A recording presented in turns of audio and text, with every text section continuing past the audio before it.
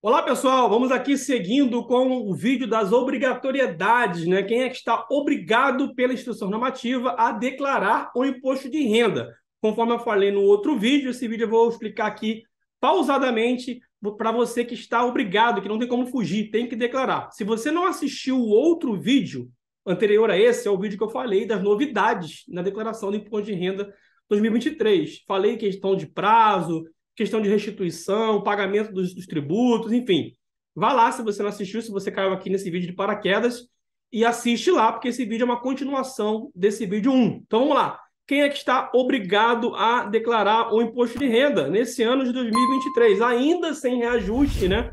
A tabela do imposto de renda aí já há décadas quase, né? Que não tem um reajuste real. A gente fala assim, com um tom até de certa revolta, né? Porque a gente sabe que precisa ter uma atualização, né? É necessário. Tem pessoas aí que não era para estar declarando imposto de renda, mas infelizmente ainda não tivemos uma correção real da tabela do imposto de renda. E aí já temos a nossa primeira obrigação, né? Que é quem recebeu rendimentos tributáveis, tá? A superior, né? Acima, né? Cuja soma foi superior a R$ 28.559,70. Então, você que recebeu acima disso, precisará declarar imposto de renda. Um valor que minha opinião, Paulo, tá? Não estou falando como contador, acredito que deveria ser bem mais do que isso, né? A gente sabe que a correção está bem atrasada. Fica aí mais uma vez o nosso manifesto, né? A gente sabe que precisa ter essa correção.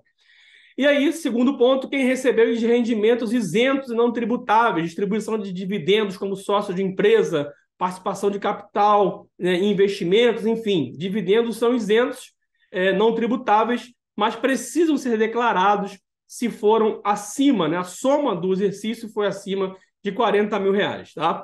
E também está obrigado a declarar quem em qualquer mês teve ganho de capital na alienação de bens, né, ou direitos sujeito a imposto de renda. Você teve que operar, teve que calcular, desculpa, o ganho de capital, né, seja numa operação de venda de ações, uma venda de imóveis, você teve que apurar, né, essa palavra correta, apurar o ganho de capital, fez o recolhimento do ganho de capital, você precisa agora ratificar isso e ajustar isso na sua declaração anual, tá? E aí, a outra questão, a quarta questão, né? E já teve praticamente 3 vídeos aqui no canal falando sobre isso. O vídeo anterior e um vídeo que eu fiz ontem falando dessa nova regra para quem realizou operações, de novo, operações de alienação em bolsa de valores, mercadorias de futuros e assemelhadas. Não está dizendo ticker, não está dizendo ações, não está dizendo se é só FII, não, está dizendo operações de vendas na bolsa de valores, independente do ticker. Se passou de R$ 40.000 no ano, você precisa declarar, tá? Passou de R$ 40.000 de venda, tem que declarar. Paulo, comprei R$ 40.000, não vendi, tenho que declarar? Por esse motivo, só por esse item 4, não, tá? Não, porque você somente comprou, você não vendeu. Agora, Paulo, eu vendi, mas não chegou a R$ 40.000, mas eu fiz uma venda que foi 20 mil, e esses 20 mil eu tive que apurar o imposto ali, porque acima de 20 mil já começa a ter imposto de renda. Então, eu tive ganho e apurei o IR. Você vai ter que declarar, porque aqui, segundo a linha B, né, o item B, com apuração de ganhos líquidos sujeitos à incidência do imposto, você passa a ter também a obrigatoriedade de declarar o imposto de renda, tá? Então, se você, em algum momento, teve alguma operação que te deu R$ 1 de lucro, mas essa operação é tributada, você vai ter que declarar, tá? Pela legislação, pela instrução normativa da Receita Federal. Então, esse é o item 4. Passando para o item 5, quem teve rendimento referente à atividade rural e obteve receita bruta superior a R$ 142.798,50, tá? 142.798,50, e também pretende compensar, né, em 2022 ou posteriores, prejuízos dos anos calendários anteriores. Você pode ter essa opção de compensação na atividade rural, tá? E então você tem essa opção. Paulo, talvez se eu não fizer, você vai perder, né? Você vai ter. Eu acho que não seria uma coisa inteligente, né? Não compensar. Mas tá aqui a obrigatoriedade se você vai compensar, tá? Outro item 6, teve em 31 de dezembro posse ou propriedade de bens ou direitos, inclusive terra nua, né? Terreno de valor superior a R$ 300.000. Tem ativos, tem imóveis acima de R$ 300.000, né? propriedade, bens e direitos, não só imóveis, mas bens e direitos, né? Você tem investimento, por exemplo, em ações. Talvez você não vendeu ações, mas você tem mais de 300 mil. Então, por aqui, você vai estar obrigado a declarar. Você não vai estar obrigado a declarar pela alienação, mas você vai estar obrigado a declarar pela propriedade do bem, né? Na verdade, do direito, né? Que são essas ações que você tem em carteira, né? No seu CPF, tá?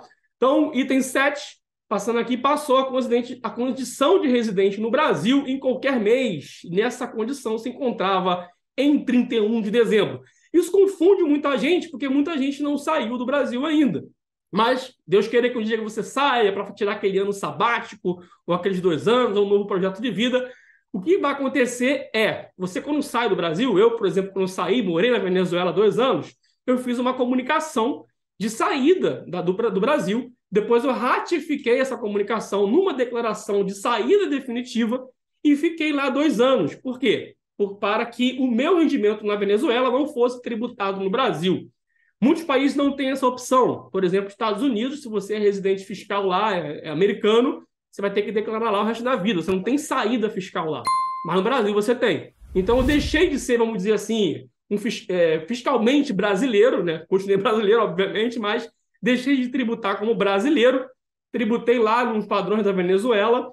E quando eu voltei para o Brasil, eu fiz uma declaração de retorno, né? Passei a condição de residente e disse para a Receita, falei, Receita, ó, voltei, estou aqui de volta e agora vou pagar imposto aqui, tá? Vou declarar aqui porque eu tenho minha condição de residente.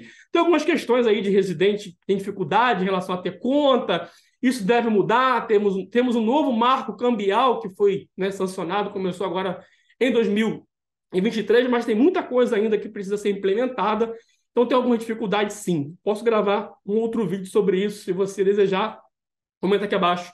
É um assunto bem interessante, dá um vídeo bem legal falar sobre isso, tá? Então, essas são as obrigatoriedades. E aí, por fim, aqui, optou pela isenção do imposto de renda incidente sobre o ganho de capital auferido na venda de imóveis residenciais, caso o produto da venda seja aplicado na aquisição de imóveis residenciais localizado no país, no prazo de 180 dias contado da celebração de contrato de compra e venda. Caramba, Paulo, muito complicado de explicar. Você tinha um imóvel, teu único imóvel, você tem 180 dias para comprar um outro imóvel com a isenção, né, de ganho de capital. Você tinha um imóvel de 200 mil que você comprou, vendeu ele por 400, você pode ter uma isenção ali de ganho de capital, você comprar em 180 dias. Em resumo, é isso, tá? Se você teve essa operação e vai aproveitar, vai optar para ter essa isenção sobre o ganho de capital, porque você comprou outro imóvel, você tem que fazer também a declaração, tá? Então, são essas as obrigatoriedades. Aqui fala sobre a questão de forma de preenchimento, já falei sobre isso no outro vídeo, né, que você pode preencher pelo meu imposto de renda. Tem uma coisa importante, né, o prazo que eu falei também no outro vídeo, você tem um prazo para entregar até o dia 31 de maio, sujeito a multa de 1% ao mês, tá? Em caso de atraso, e uma multa mínima de R$ 165, caso de tiver imposto, e pode chegar a 20% do valor do imposto devido. Bem, aqui a autorização de acesso, eu falei sobre isso no outro vídeo, você pode assistir lá, e é sobre isso. Essas são as pessoas que estão obrigadas, não tem como fugir, tem que declarar imposto de renda nesse ano de 2023. Se você não declarar, você pode ter problemas de travar o CPF, ter algum problema na hora de abrir uma conta bancária, enfim, não é interessante, é muito simples fazer a declaração de imposto de renda.